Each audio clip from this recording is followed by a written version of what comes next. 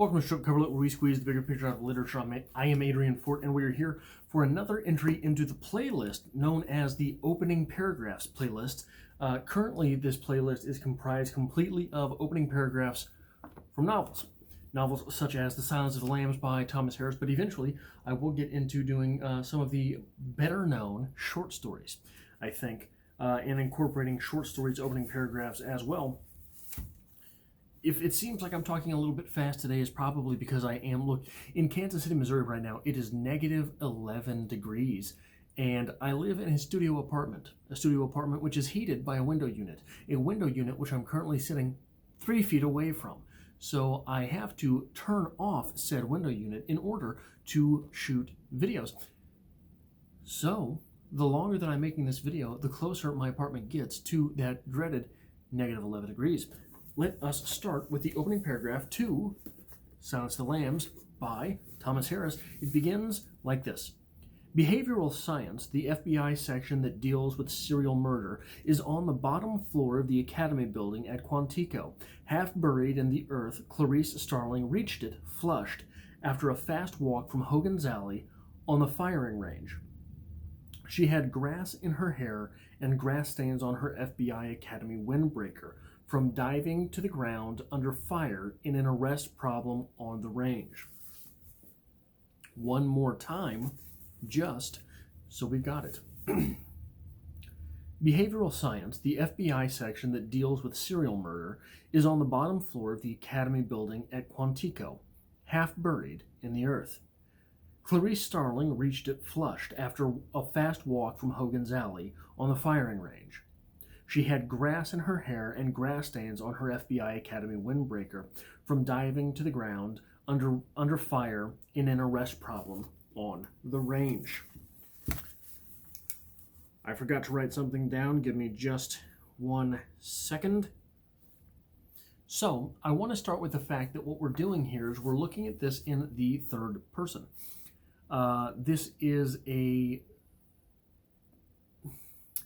not quite an action thriller novel, not quite a mystery novel, somewhere there in between. So what we're doing by keeping things at the third person is it is a clear sign from Thomas Harris that this is to be taken, in fact, seriously. Though this is somewhere in the realm of genre fiction. Thomas Harris does not want us getting too hands-off, does not want us getting too laid back, does not want us getting too schlocky. It is perhaps an unfair assessment, but it is an assessment that genre fiction, which is first person and God forbid second person, it ends up being more schlocky, ends up being closer to the realm of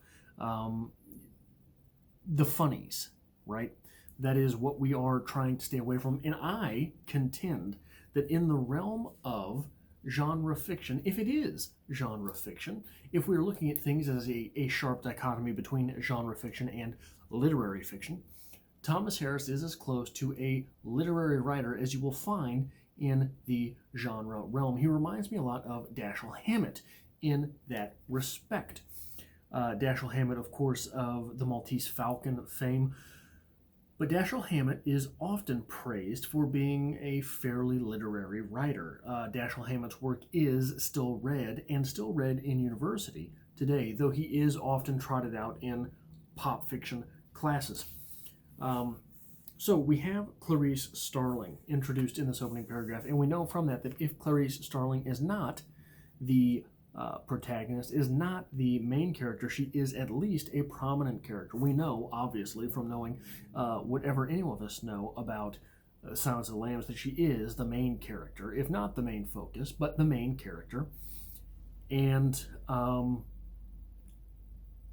what a main character. What we have here, Clarice, the name Clarice, means bright, clear, famous, or brilliant. These are the meanings of the name Clarice. When we look at starling, what does a starling symbolize? Often starlings are used to symbolize strength and freedom. Though famous is something which the FBI agent, I do believe, becomes during the lineage of these novels. It certainly would not describe her in this novel, especially as we begin the novel, but bright, clear, and brilliant most certainly would, and so, as we will learn, would strength and freedom. Clarice Starling is a character in the genre world, perhaps second to none when it comes to the young protagonist who is being thrust into the world of the thriller. So when you look at young female protagonists earning their way through fictional worlds, Jubilee, much more concrete a character than Jubilee in the Marvel Cinematic Universe, or Kitty Pryde, any of those types of characters.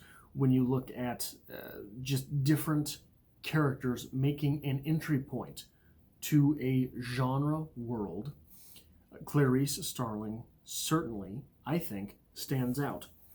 And you get that from a few different places, even in this paragraph.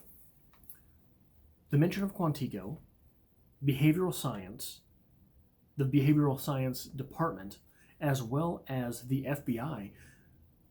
Clarice Starling is smarter than you. This is something that we are thrust into the realization of very early in this novel. What we don't know at this point is that Clarice Starling is smarter than you through hard work and dedication. This is not a character who was born with gifts. This is a hard-working individual who dots her I's and crosses her T's and does her studies. Though we will learn later. So that's all set up here in this first paragraph. She is set up throughout the first part of the novel as someone who is extremely formidable, if green, right? Formidable but green. New. She's a noob. So we are taught as an audience by Hannibal Lecter. We are taught by Hannibal Lecter about Clarice Starling. That's one of the neatest tricks that old Thomas Harris pulls in this. We have all of this information about Clarice. We spend all of this time in the novel with Clarice, but it is instead of Thomas Harris, our narrator, instead of Jack Crawford, instead of Clarice Starling, it is Hannibal Lecter that teaches us the most about Clarice Starling. But that's not here in this first paragraph. We also get that Clarice is flushed after a fast walk from the shooting range. So we learn here that though we don't know that her intelligence is largely wrangled from life through white knuckles, though we don't know that yet, we do know that she's smarter than us. We also get a taste of that work ethic here, that she is not sprinting, but a fast walk, a jaunt, if you will, from the shooting range, from exercises on the shooting range to the behavioral science building. So this is a person who is multitasking. This is a person who has a lot of things crammed into her day. This is a person who is trying to accomplish between accomplishments. She is getting training in between other things. Another quick little thing to which we are introduced in that paragraph she's got grass in her hair. So obviously, Clarice Starling is not here because she is pampered, is not here because she is prissy. Clarice Starling is here because she doesn't give a good goddamn about her appearance. She is a hard worker. She is, so what this does, especially at the time when this was written, 88, I believe. Am I wrong about that?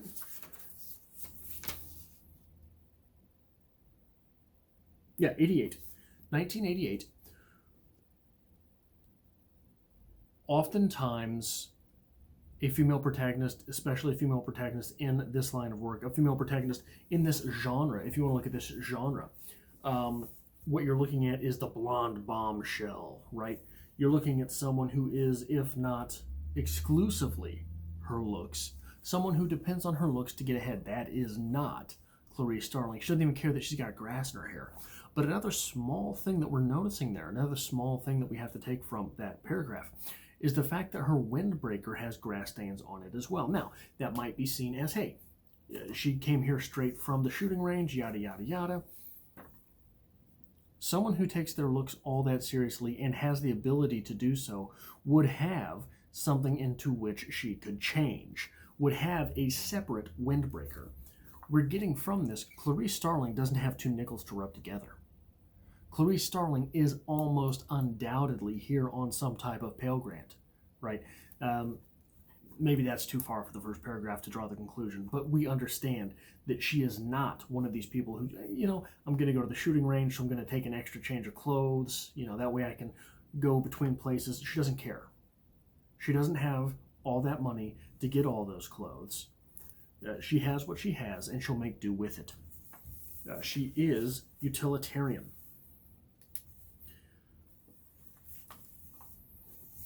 Here we have behavioral science, the FBI section that deals with serial murder, is on the bottom floor of the Academy building at Quantico, half buried in the earth. We do not hear here that that's where Clarice Starling is going. We don't have to. The idea is introduced that we're dealing with serial murder. So, obviously, that idea being planted this early in the novel, that's what we're going to be dealing with. That being what we're dealing with, we have to take all of those things into consideration that one would have to look into when thinking about serial murderers. We're dealing with a serial killer. Obviously, one that's still active. We're not dealing with the library. We're dealing with the behavioral science building, or the behavioral science section that deals with those things. We're dealing with behavioral science. We're dealing with an active serial murderer. What Clarice does not know yet is that she is a mouse being dangled in front of Hannibal Lecter. We, however, have some of the tools, perhaps, to figure that out. Why? Well, she's young. She's female. These are two of the main ingredients to being serial murdered. Now, we don't have all the things to understand why she's being dangled in front of Hannibal Lecter. That Hannibal Lecter will be brought up, but we do have these elements. We do have the understanding of these things. What is it? Not Peter Singer. Stephen. He wrote the Better Angels of Our Nature. He wrote a novel, not a novel. He wrote a book recently where he said that the main factor in being violent is being male.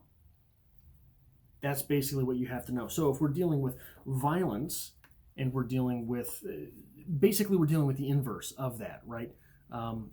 Most serial murderers are male. Most serial murdered are females. So that is at least something that has to be in the back of our mind. Now, for setting the mood,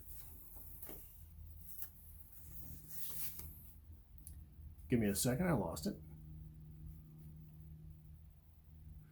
Oh, I'm an idiot. Is on the bottom floor of the Academy building at Quantico, half buried in the earth.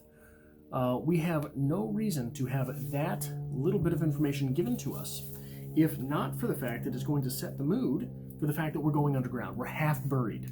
Half buried. What does that mean? What does that turn of phrase bring to mind? It is mood setting for the novel.